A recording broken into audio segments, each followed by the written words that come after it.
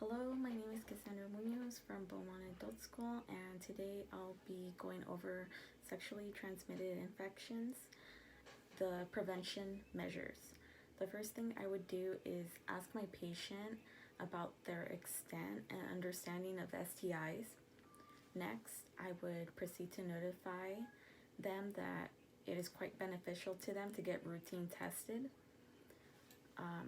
As certain STIs do not show any types of symptoms such as like gonorrhea, chlamydia, syphilis, and HIV, so it takes a while for those to show up as symptoms. By getting routine testing, they can reduce the likelihood of worsening conditions, prevent them from affecting others as well, and other organs of the body. And it also reduces the chance of passing it to their partner or partners. Next, I would inform the client if they lack sexual education about STIs. They occur because of sexual contact between genitals, and also through the mouth, orally, as well as like the rectum. And the more partners they have, the more chances of increasing their likelihood of contracting a sexually transmitted infection. So I would let them know that as well. Some STIs can be treated with the use of antibiotics or vaccinations.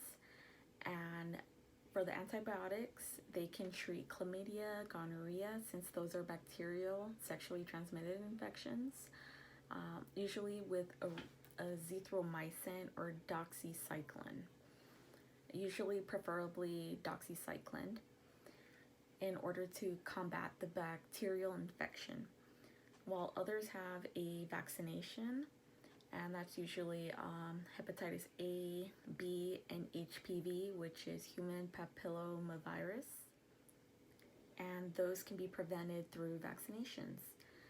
So I would let them know to contact their provider in order to get these types of vaccinations ready for them. You also want to let the client know that their partners should also be tested.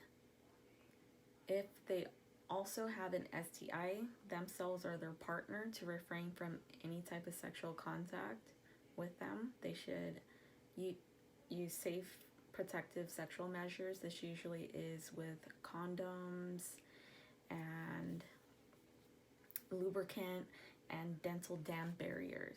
So you just want to let them know that these tools are usually to protect themselves and their partner from STIs. So yeah, condoms, dental dams, and lubricants, and there's a few others that their provider can let them know.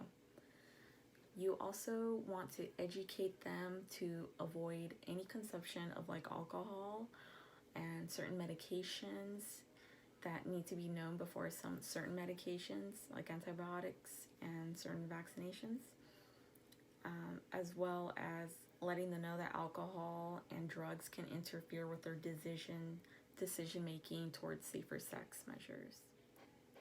You also want to use therapeutic communication with the client or the patient to see how they feel emotionally if they do end up contracting STIs.